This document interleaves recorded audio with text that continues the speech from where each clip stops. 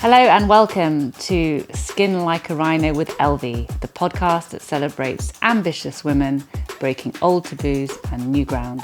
A very well-known figure here in the UK, my guest today is bold, confident, outspoken Trinny Woodall. We'll be talking about embracing being an outsider and taking more risk. Hi Trinny, I'm so excited to have you on the show today. Thank you. I'm very happy. I love the name of your podcast. Skin Like a Rhino, Yeah. Is that something that resonates?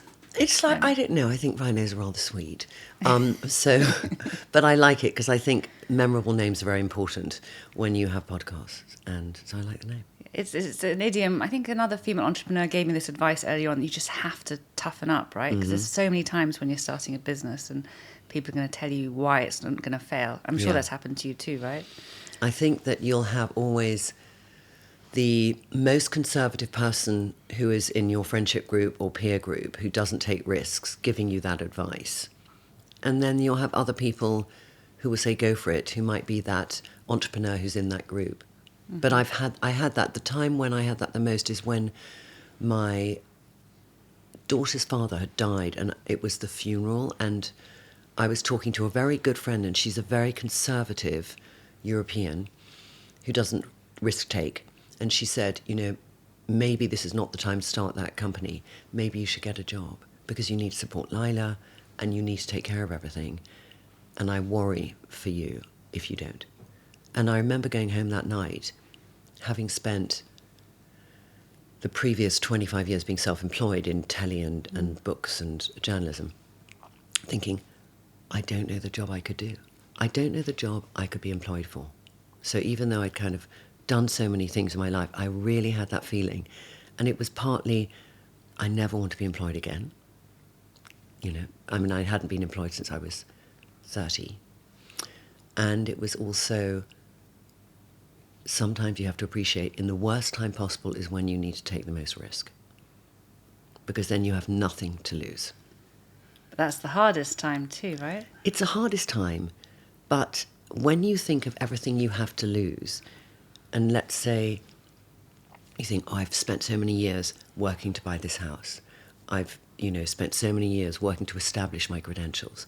So to then leave a high-powered job, leave a nice lifestyle and take that risk is really hard when all those things are there. It's much harder to start a business when you're being paid a high salary because the decision to leave takes longer. But when you're ready, losing everything you've had, it's kind of like, I feel there's less risk. That's how I felt it was. I felt there was less risk. I felt like I haven't got so much to lose. I know I'm going to lose this house. I know I can't afford to live in it. I know I'm the sole breadwinner. I know Lila will be okay. So you have to go all in. Yeah. Or not. But you're always that type of person, aren't you? You strike me as I didn't always all be. in, I didn't always be that type of person. I was quite shy. I heard somebody say the other day about how you can be a loud introvert. I think, am I an extrovert? And people could watch me on social or watch the films we do and think, yes. But actually I know I'm not, because I know that if I walk into a room and I don't know that many people, I would go in the loo and sit for 10 minutes just to feel comfortable and go out again. And this is a time where I'm grateful for being tall, because then I can look across the room and think, oh, I know that person in the right-hand corner. Let me just walk with purpose as if I know where I'm going, because I can go and talk to somebody I know. A loud introvert, and also a bold introvert, though, right? I mean, throughout your life, you've done so many bold things. You've been known to be quite outspoken, smashing taboos, breaking stereotypes. It's Is funny. that linked to introversion? Or I suppose they're not related. You can still be a risk taker, and you can not still an be a risk extrovert. taker. I've sort of. It's interesting because I see people who champion things like breaking taboos and things like that, and we're having this conversation during International Women's Month, we call it at Trinny London. I sometimes think I don't feel I'm a woman or a man.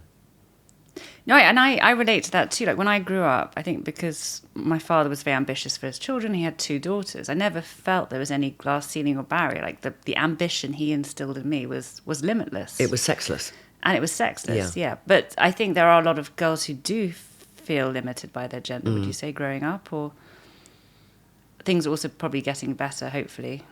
What's your sense? Yes, I feel that there's... It's interesting because how much of it is exterior things and how much of it is the position you put yourself in? Yeah. And I don't know the answer to that because I haven't been in a situation where I have a male boss and above that a male boss and another male boss. And I felt that colleagues around me have been promoted before I have because there's a kind of boys' club. And to be in that situation, and I've heard of many of those situations, so have you, still happens. Yeah. And it's still shitty. And it shouldn't happen. And to hear that women are paid less than men for the same job is really terrible. So I think because I haven't been employed since I was 29 or 30, am I less empathetic? I'm not less empathetic because I think it's so wrong. But have I been in that position so much? No, I haven't. But I think also what you're saying is we just shouldn't also be dwelling on the problems because that reinforces the idea that there is a glass ceiling. Is that exactly what I... Exactly, yeah. Yes. And also when you were growing up, so you've just gone for everything. You've had an idea, you've had that, you champion things. It obviously must be something you're deeply passionate about. Like even going back and thinking about fashion, like what was it about fashion in your teenage years that sort of drew you to that area? I think that when I started feeling passionate about things probably was about 7 or 8. I was at boarding school. I had quite a few times when I'd stay at school because my parents lived abroad. And I'd always kind of make over my girlfriends during the weekend and get Miss Selfridge makeup, which is a store in England that had Iron Lady lipstick and frosty lipstick and things. And I loved it. It's like I got that first bit of a drug of the buzz of making somebody feel better about themselves. It was really a buzz that I've never lost, and I got it at that early age. But the consistency of completing in my life was really challenging. So up to a certain age, I still had great ideas. At 17, I had this company called Bows Unlimited. We made hair bows. I went to Portobello Market. I put jewels on the hair bow. I did it with a girlfriend. We were still at school. We sold them to Harvey Nichols. A right little business. But it petered out. 3 years later, I've left school. I haven't gone to university because I kind of thought I couldn't get in. Didn't complete my further education that well. I started a company called Socket to You because I had lots of friends who worked in the city in trading floors, and I had lots of pretty girlfriends. For about 3 months, caning it. 6 months, caning it. Petered out. 10 years later, I'd be in a storage unit or the back of a garage of my mother's house, and I'll find another pair of those bloody socks.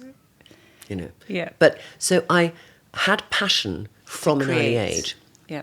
To create and think of ideas. Another one, Mission Impossible, another company I want to start, but I never actually got it off the ground, which was like a concierge service I wanted to do quintessentially 30 years ago. But actually, it's so funny. The reason I'm laughing or chuckling to myself is because before LV as well, I always came up with crazy ideas. I don't think I actually started another company before LV, but always these big ideas. And actually, I'd always tell my husband about them. And it's only when I came up with the idea for LV Pelvic Floor Trainer, I was like, babe, I have another idea. And he's like, oh. And then finally he's like, actually, this is a good one, I'm going to invest. But before that, what happened to those ideas? Did you kind of put them in a drawer? Did you think, I just want to have the idea? Because a lot of people will ruminate about an idea because it makes them feel stimulated about themselves. But taking it out of your head is challenging. I think I was more on a career track. Like I wanted to work at the United Nations. I wanted to I had quite a clear idea at 17 of what I wanted to do. So I kind of went headstrong into that. And then once I started achieving it, I realized, this isn't for me at all. Yeah. But I think it's like there's an adrenaline, there's a buzz to starting your own business. So once you do it once, you can't go back and get another job. You just want to keep doing it. And, but I suppose one key thing, even though you said, you kind of weren't good at completion, you're being a bit self-critical. In some ways, I think what you're very good at then is being okay with failure and moving on. And the reason I say that, because I think a lot of women I talk to want to start their business, they're very tough on themselves. If it doesn't succeed, they feel they're a failure and that's it. Yes. Whereas your example and many examples out there is you need to just keep going until you hit an idea which has got legs and then you run with it, right? Yeah. But it's challenging when you fail because you have to then think, pick myself up, start over. You shy away from doing another business because between Mission Impossible, which I did when I was 25, and starting to work, I did when I was 23, and starting to work for myself, which was about 30, maybe 29. That's quite a few years, So it took me a while to feel less burnt. Yeah. And to then go into something where I wasn't really, it was just being self-employed because I started a column in a newspaper and it was about, so when you said at the beginning about my love of fashion, it's my love of dressing. There's a big difference between fashion, because fashion to me is an incredibly alienating industry. It makes everyone else feel they're looking from the outside in. And even people on the inside feel they're looking sometimes from the outside looking in, because it's very cliquey, you know. And I remember when I did it, and we would write about, we were quite critiquing. So I would, you know, in this column, we'd sort of write a letter to Karl Lagerfeld saying, you know, love these plastic brooches you just did for Chanel, but do you really think you should be charging £800? You know, and we were the only people who were quite outspoken, and a lot of the fashion press couldn't bear us. So we would be invited to fashion shows, and we would sit with the buyers and not with the press, because it was such a conflict. So that was I'll tell you something interesting, and I want you to think about this too. I do think there's entrepreneurs out there who felt outside. They felt an outsider. Because in my school years, I felt a bit of an outsider. And in that industry, I felt a bit of an outsider. And I think sometimes feeling an outsider gives you perseverance, gives you tenacity, gives you quite a lot. Whereas when you're sort of in the middle of it all and feeling you're most secure, maybe you don't try so hard. No, and I also think being an outsider, for me, being biracial, I mean, I sort of felt confused a bit about who I was and my identity, but it also gives you an ability to become a bit of a chameleon. Because you're an outsider, you need to keep fitting into different groups. And you strike me like that a little bit as well. Did you try to fit in, or did you try to always think, who am I, and stick to who you were? I definitely tried to fit in with the cool girls at school and then didn't. And then later on, definitely came up with a much stronger sense of who am I. And yeah, where does that drive come from? That chip on the shoulder that pushes you to kind of... Is it a chip on the shoulder, different? Or is it... You're right. I can't believe I just said chip on the shoulder. Yeah, somebody I think we know quite well says to me, oh, you don't have enough of a chip on your shoulder to be an entrepreneur. Yeah. And I was like, how do you know what stories I have? Yeah, that's quite a strong thing to say to somebody. Showing them on my shoulder. A chip on the shoulder is somebody... Yeah, I think... It's negative. Yeah. And you're talking about resilience. Yeah, I think really successful entrepreneurs don't have a chip on their shoulder, because I think ultimately having a chip on your shoulder will hold you back. Yeah, no, I completely agree. Yeah. I won't name who this well-known person was who said this to me, but... But again, it's this idea of what a successful entrepreneur is like. In his mind, it's a white public school guy who's just a bit chippy and aggressive and alpha. And oh, well, then we can totally discard everything you said.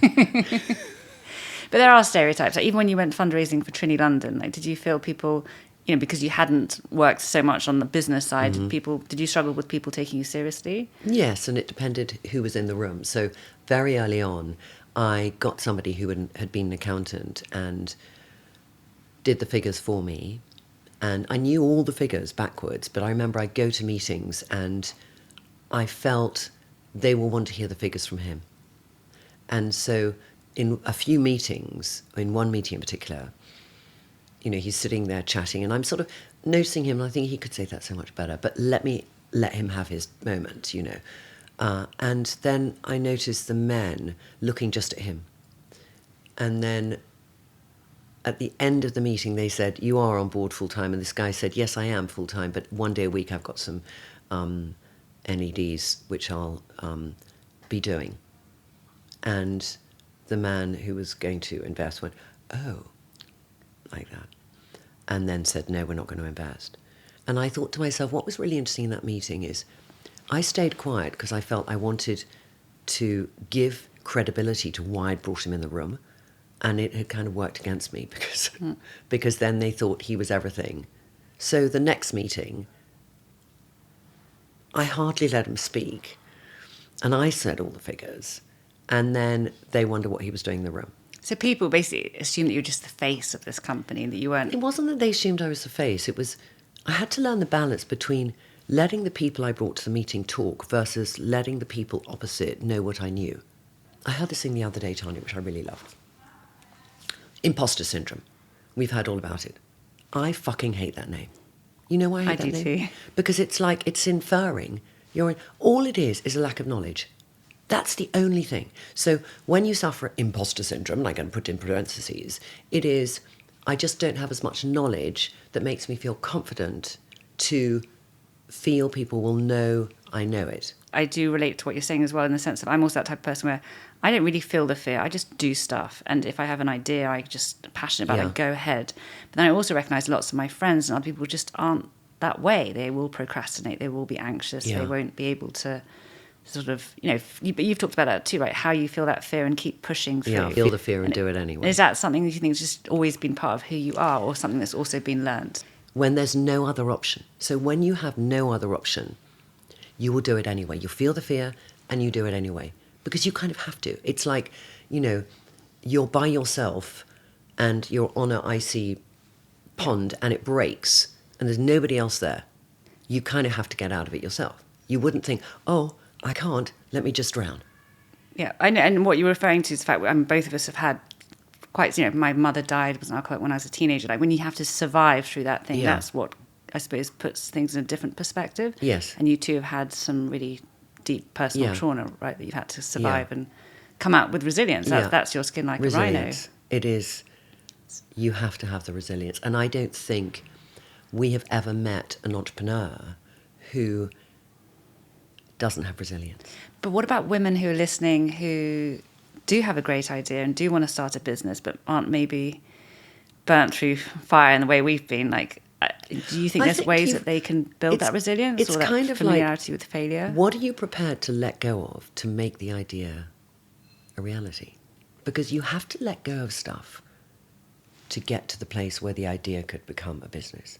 The trade-offs we all have to make, particularly when we're women, when we're parents, and we're starting businesses or our careers, and then to deliberately choose what the trade-offs are and then to let go and reconcile yourself to that is a very hard process, but one we absolutely have to do. And it sounds like you were just very clear at what point was your limit, right? You knew what was going to potentially drive you over the edge.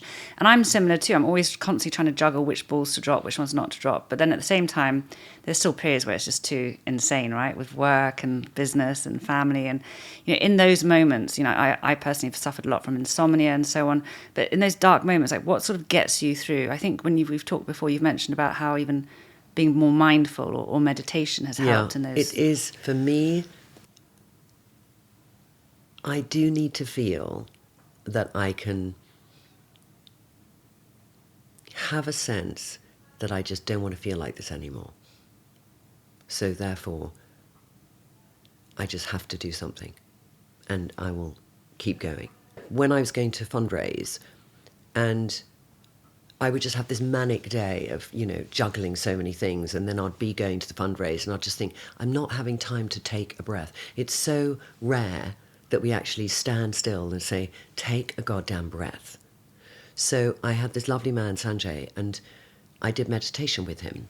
And he would do meditation very specific. So, I would say, I'm going to meet these investors. So he'd say, okay, what I want you to imagine is people are packing up the boxes at the manufacturer. Just imagine the process. A lot of people and, these kind of exciting manifestation. If we just pull that apart for a second.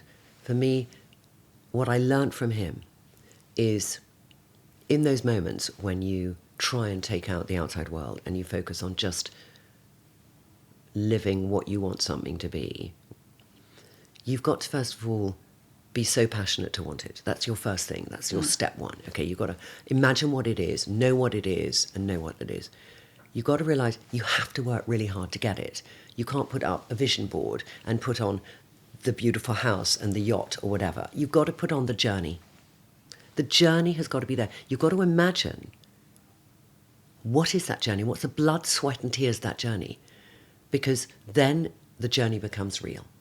And is this part of the visualization and the meditation as well? And actually something you've been really good over the years giving me advice, and I was having a very difficult time last year with an investor who was, I don't know how to put it politely, but you were sort of giving me this another visualization exercise. I don't know if it came from the same meditation around imagining them on a chair. Is this somebody who's a dominant, aggressive this figure? This is really like when, and Sanjay taught me this, and I love this. And it can be for a partner who's driving you crazy. It can be for somebody who's just not treating you appropriately. And you can just imagine if your relationship is with them, then they're in bed and they just shrink and shrink and shrink next to you until they're the size of a doll. And you turn around and you just visual their tininess. And it really puts them in perspective. And then if there's somebody you have a meeting with, you'll imagine them sitting in a chair opposite you and they get smaller and smaller and smaller and their legs are just dangling over the seat, not even anywhere near touching the ground. And it's so visual. And you just think, whoa, let's take the power they had over me away in a flash. So I feel like today we've talked a lot about being fearless. And I think some of it is born through survival, hitting rock bottom and having to somehow know that you can push through and then using that learning in life. And then others are actually techniques like this, which you actively use to either feel calmer and also to more confident. Just to put life in perspective, for sure. Yeah. And then I would, en route, I listen to the meditations. And some of the meditations were imagine yourself grounded, feel the roots from the trees, those kind of meditations. Mm-hmm. And other ones are, I remember there's a woman who founded Net-a-Porter called Natalie Massenet, and I went to speak to her once because I'd known her many years ago. She had said, from day one, know you are global. And every decision you make, imagine you are a global brand. Don't think you're a UK brand. Very good advice, anyone who's starting something, because then when I did the stuff with Sanjay, and when you go and see investors, there is that, he said, imagine you are sitting on a chair on top of the world. And I found this really difficult to do, but imagine the world underneath you. So then I just imagined, those airline videos where the flight's there and there's a world and it's all lit up, or moon films. And he said, and when you're looking, there's all these kind of lights on and everything, and then you're drilling down a bit, and then you actually see packages going to New York and packages going to Tokyo and packages going here, and then you see women opening them up in their bathroom and putting them on and thinking this is different. And so I kind of had a bit of that. But it was really, then it made me, when I went to the meeting, talk about this is a global brand. This is not something that's starting from the UK. And then when I launched Trinny London, I did global shipping from day one. And within about 6 months, we're shipping to 150 countries because we just didn't exclude anyone from day one. And I it is a very inclusive brand, Trinny London. And I didn't want people to feel, because I live on the outside of the world, I can't have it. And I remember with J. Crew, when we were in England and J. Crew's in America, or Glossier, and these brands that are kind of cultish brands, and we were excluded from that joy. And it was like, Well, actually, because you're talking about fashion being quite exclusive in terms of excluding. I was about to ask, so is beauty a similar thing? In general, it's not inclusive. I think beauty generally is inclusive. There are many brands that took a while, and it depends also your perception of inclusivity. So something like Milk makeup is gender neutral, and it's skin tone inclusive, and everyone come along and try. So we are a brand with a mission to help women, when we say the word women, to feel the best they can feel. And the tools they can use are makeup and skincare. But our mission as a company is to make women feel really good about themselves. So we are looking not for the woman who wears 3 inches of makeup and it's become an art for her or him or them, but for somebody who maybe they're in their 20s and they don't cake and bake and they just want to do something and they maybe didn't learn from their mum, and they just want the easier solution where they're using quality. That's kind of what we offer. Portable, cream-based makeup that's very easy to use. And what about age? I suppose 2 questions on age. One around, is the beauty industry often focused more on younger women? Yeah. And is Trinny London different within that? But also, you've also talked about how, as you've, as you've become 50, that you no longer care what people think. Yeah. And I suppose my question is, why do we all have to? And I feel like with age, I care less about what people think. Mm-hmm. But why can we not create the situation for younger women, or why does it take age to get us there? Yeah, I think it's such a good question, because I never want to be 20 again. And so for people in their 20s, where there's even greater challenges, different challenges from when you and I were 20, and you were younger than me anyway, but I think those women have very different challenges around dating, around relationships, around everything. But when I started Trinny London, I wanted to work with women who I felt were excluded, and generally 35 plus, because I felt those women, there were so many brands out there that all merged into each other of this kind of millennial Gen Z, and the other brands suddenly skipped a beat and they were kind of a dinosauric. So I thought there is something for just this freshness and newness, and for those women who are getting to a stage, you get to a stage at 35 where you think, do I need to relearn some rules I learned in my teens or early 20s? And what are they? And how can I feel ageless? So we appeal, and I define it as this, to the grown-up woman. And there are some women in their 20s who are grown-ups, and then they want to make considered decisions to help themselves. And there are some people who are 50 who aren't grown up yet. And age, in terms of this issue around this, as we get older, we care less what people think. I think... Why does that come with age? And worry, I think they're two different things. So I used to say, I don't care what people think. But that, to me, is disregarding humanity. So I don't worry what people think.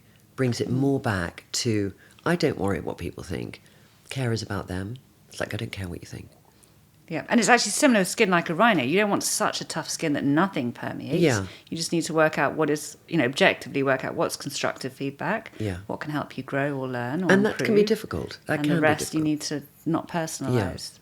But being able to separate out what's constructive feedback and what is a personal moment can sometimes be difficult. And that's when you have to really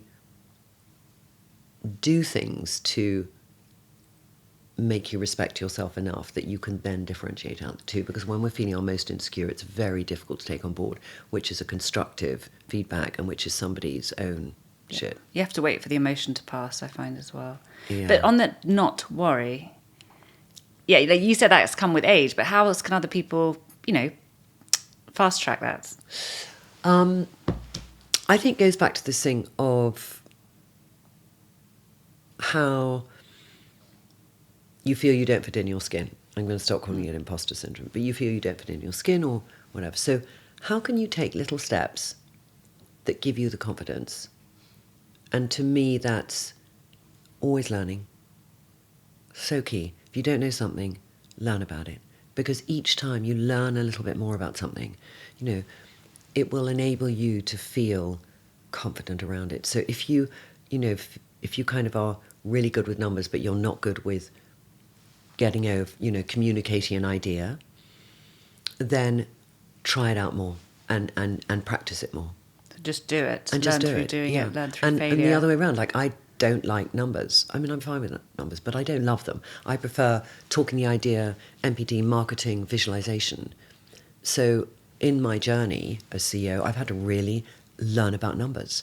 And the more I learn, the more I feel empowered because I know a little bit more, so I don't feel blindsided. I think when we feel blindsided and when we feel, God, I don't know about that, that's when we will feel most insecure.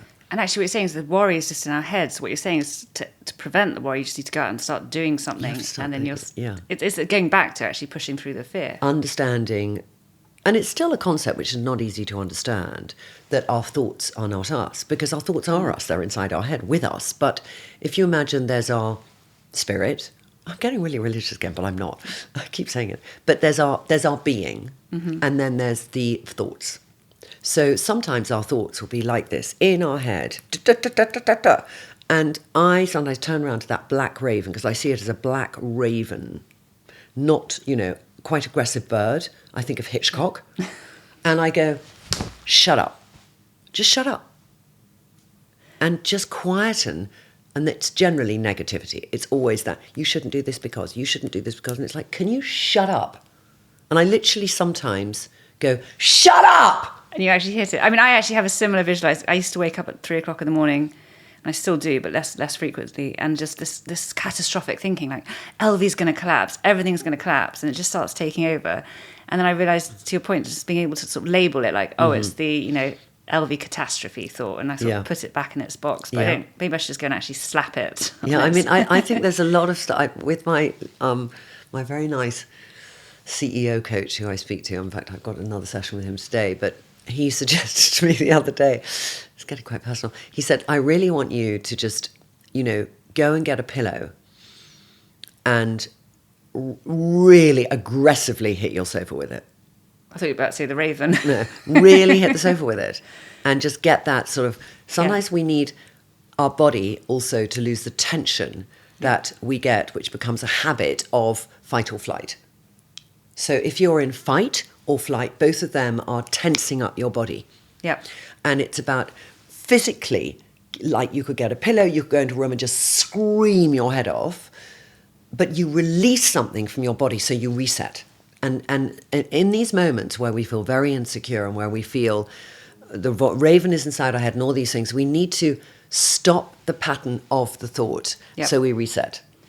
Because also our bodies are feeling physical and mental stress in similar ways. Yeah. And I would say, a lot of people might look at, you've created a phenomenal business, LV's very successful too, and you always get asked the question, how is this overnight success? And people don't realise not just how much work it is, but I think for anybody listening who's thinking about starting a business, to your point about the cortisone, the adrenaline, there's a constant, you're in survival mode for years because everything's always binary. It's like this deal might work out, this money might come through, in which case there's a path to success. And if it doesn't, zero. Yeah. And it's that constant. And because you're in that survival, that's what creates this physical stress. I mean, that's what I've learned to myself is years of Do you feel prolonged... physical stress today from stuff? Yeah, but I've been actively, it's very similar to you, I've been actively looking at how do I reduce that stress. Okay, so and let's for do me, it it's together actually now. switching. Come on, stand up. Okay, we're going to Let's hit. just get the cushion. Let's just get the cushion, okay? And let's just get the cushion here. Get a heavier one. Get that one. Okay, and we're just going to really do this because I haven't done it for a while. I need to get it. So you're going to kind of have it like this, and you're just going to really shout as you do it. So, ah!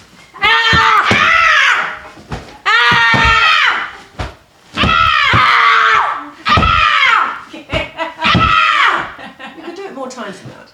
But just then sit down for a second. Let's just feel our body. You should do it 10 times. Yeah, I mean, sex is good as well. Sex is really good. Stress release. And I feel like we've talked a lot about those low moments and how we push through them, which I think is so important. But there's also so many highs. As in, Trinny London's been a huge success. And how do you sort of celebrate the successes along the way? And what have been the highlights? It's funny because sometimes you don't give yourself the time to do that. And I had a birthday recently, not a Trinny London birthday, but I started it 5 years ago, and I started as a makeup brand, and I knew I would do other things too. And then 9 months ago, or a year ago, we started skincare, which is already 30% of our business. And so I've seen this great growth. During COVID, we went from 60 people to 120. We're now 200 people. I've seen growth there. Our revenue, we've had growth on. Where we ship to, So the business has really grown. Sometimes when a business grows really fast, you're catching up with yourself. So you don't celebrate those moments. And the only time you celebrate those moments are things like, sounds crass, but it's a reason to, the office party. And you look around and you think, oh my goodness, we used to be 20 people and now there's 3 rows of these long tables in this, place in the city where we're celebrating. Or my birthday. So I had my birthday on the 8th of February. And it had been a very busy day, quite a difficult day. And I was rush. And then, I was in the office and in a little room in the office, and I knew I was being kept, I sort of felt like keeping me in here. So I thought, okay, I put on some lipstick. I came out and everyone was there and they had cakes and stuff. And, it was very sweet, but I was still in a rush and then rush. 2 days ago, I finally read this. They'd done this kind of really old-fashioned birthday card where everyone had signed it and left messages. And I just read through it, and it's just, it was 2 nights ago, and I opened it and I just read them all. And then I thought, my God, that's just, all these people feel excited to be on this journey. And that's because I started the business. So you'll have little moments which you'll take yourself when you realise something, an aspect of what you're building. And then I will get that every day because on some of our social media, I will do all the comments. So on Instagram, I do all my comments. And on others, we have about 13,000 comments a week coming through social. So we have a team who do it. But I do my Instagram, and I've always felt I should, because I always want to understand what are women thinking today about what, and it keeps you incredibly connected to thoughts and feelings. And, I'll get DMs and I'll get general comments, but on DMs, I get a lot of women who talk about the shift, perhaps, they have had in their life as a result of things. And that, we're more than a makeup brand to them. So those moments, I used to kind of read and skim past because there are a lot of them. And then this lovely man, my coach, said to me, Trinny, I want you to read them and feel them. No, and you must get a lot of similar, that. Elvie, the two things is hearing from your customers, and when you've changed their lives, that's what helps you get through all the negativity and people telling you all the things that are going wrong. And actually team, because the thing about team is everybody says team, it becomes, you can say it in such a flippant way.